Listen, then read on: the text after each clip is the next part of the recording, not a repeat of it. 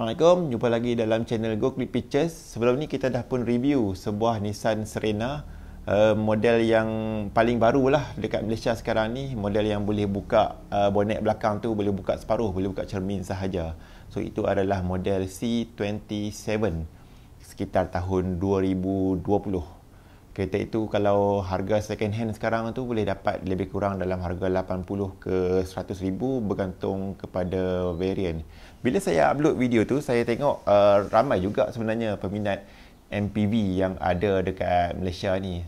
So saya rasa kenderaan keluarga, kenderaan family seperti ini masih lagi menjadi pilihan rakyat Malaysia, terutamanya mereka yang mempunyai keluarga lah, yang mempunyai anak-anak kecil ataupun anak yang ramai. Nissan Serena mungkin salah satu pilihan yang baik sebab Nissan Serena mempunyai 6 ataupun 7 seater. Untuk masa akan datang, sebenarnya Nissan Serena telah pun ada model Nissan Serena C28. Cuma dia belum lagi dijual di Malaysia, tapi dah pun dipasang di Malaysia.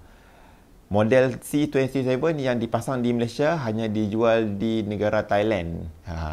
Kalau di Indonesia pun ada C28 sejak tahun lepas lagi. Jadi bila C28 ni akan dilancarkan di Malaysia, kita tak tahu, mungkin lambat, mungkin cepat lah. Untuk video kali ni kita tak nak cerita pasal model baru C28. Mungkin saya tak nak comparekan pilihan Nissan Serena baru dengan MPV yang ada di pasaran setara dengan harga dia. Saya nak cuba comparekan Nissan Serena second hand tahun 2020 dengan beberapa MPV lain yang mungkin setara dari segi harganya.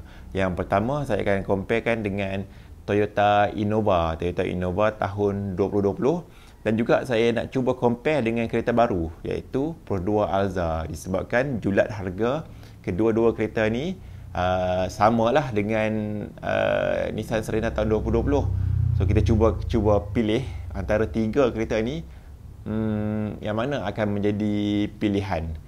Sebelum tu kita kena tahu dulu Nissan Serena ni ada dua variant dekat dalam pasaran. Yang pertama adalah Highway Star dan yang kedua adalah Premium Highway Star ataupun Highway Star Premium. Perbezaannya ada beberapa. Kita cuba cerita yang common dulu. Common kedua-dua Nissan Serena adalah enjinnya, kedua-duanya adalah 2.0 liter, gearbox CVT dan juga engine hybrid. Dia ada sistem hybrid tapi yang lebih simple lah berbanding Toyota dan juga Honda hybrid yang sekarang ni. Enjinnya taklah power, tapi cukup lah untuk kenderaan family, kenderaan MPV yang ada ramai penumpang seperti Nissan Serena. Kemudian kita ceritakan ciri-ciri penting yang ada dekat Nissan Serena ni lah. Yang penting dia ada sliding door dekat kiri kanan dia. Kalau untuk variant Highway Star, dia cuma automatic dekat sebelah kanan. Tetapi kalau untuk premium Highway Star, kedua-dua pintu adalah automatic. Yang lainnya untuk premium dia pakai leather seat, dan variant yang biasa ni dia pakai fabric seat. Tapi saya rasa untuk nak upgrade daripada fabric ke leather seat ni taklah mahal sangat kalau nak dibandingkan dengan perbezaan harga kereta baru. Dan kalau kita upgrade daripada fabric seat ke leather seat ni, kita boleh pilih material, kita boleh pilih color yang sesuai lah dengan kita punya taste, kita punya kehendak dekat situ. So bagi saya itu mungkin tak ada masalah, siapa yang nak ambil premium ataupun siapa yang nak ambil variant yang biasa. Kita cuba comparekan Nissan Serena tahun 2020 dengan Pro 2 Alza baru. Mungkin perbandingan ni agak pelik, tapi saya rasa kita cuba jugalah sebabkan julat harga yang agak sama second hand dengan baru ni. So Pro 2 Alza ni yang best dia punya seat dalaman dia boleh baring terus daripada depan ke belakang. Tapi kalau kita bawa barang, kita mungkin akan gunakan row ketiga tu sebagai letak barang lah. Kita akan lipat kerusi tu, kita akan letak barang dan kita cuma boleh baring daripada depan, dia punya belakang tu kita baringkan sampailah ke row yang kedua. Menarik juga untuk kita buat benda ni sebab kalau dekat Nissan Serena kita akan rasa kurang privacy disebabkan dia punya cermin keliling Nissan Serena memang luas gila. Kalau tak pasang tinted, memang macam aquarium lah, memang cermin je yang kita nampak untuk Nissan Serena ni. So dari segi design tu, saya rasa tak semua orang boleh accept lah. Dia punya cermin dia tu memang sangat-sangat luas. Tapi membantu dari segi pemanduan lah, kita nampak keliling kereta tu. Yang lain, Prodor Alza dia lebih canggih, dia lebih up to date.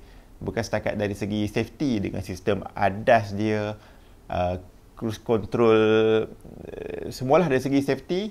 Begitu juga dengan infotainment Prodor Alza yang rasanya lebih up to date, lebih terkini lah, dengan sambungan ke handphone dan sebagainya tu, berbanding dengan Nissan Serena. Sebab Nissan Serena ni model tahun 2018.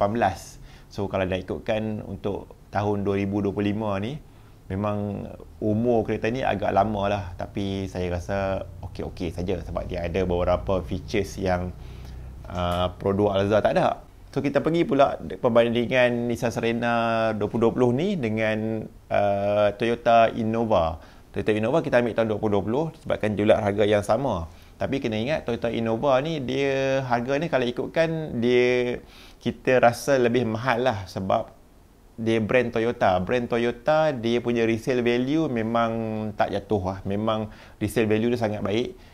Permintaan dia banyak dan spare part dia lebih banyak lah kalau nak dibandingkan dengan Nissan. Tapi appearance, karakter sebuah Toyota Innova ni berbeza dengan Nissan Serena. Toyota Innova kita nampak lebih rugged, lebih ranggi, lebih lasak, lebih tahan berbanding dengan Nissan Serena yang mungkin untuk family man, untuk abah-abah.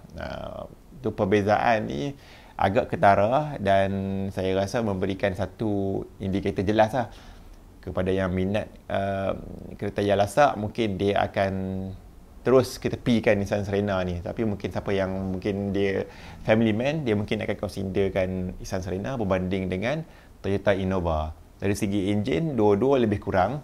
Dua-duanya enjin 2.0 petrol. Bezanya gearbox Serena pakai CVT dan Toyota Innova dia pakai 680. Tetapi macam Nissan Serena dia ada hybrid, sebab itu fuel consumption Nissan Serena memang lebih baik lah daripada Toyota Innova. Kesimpulannya, siapa yang ada jiwa lasak ataupun dia nak kereta tahan lama, dia banyak bawa kereta dia tu ke kawasan-kawasan kampung, dia mungkin bawa ramai penumpang dewasa dekat belakang, pastinya Toyota Innova menjadi pilihan untuk mereka. Sebabkan dia memang tahan lasak, memang terbukti dalam pasaran berbanding dengan Nissan Serena. Ataupun mungkin mereka yang ada bajet yang limited, mereka yang nak kereta baru, tak nak pening-pening pasal maintenance, Prodor Alza adalah pilihan yang baik untuk anda.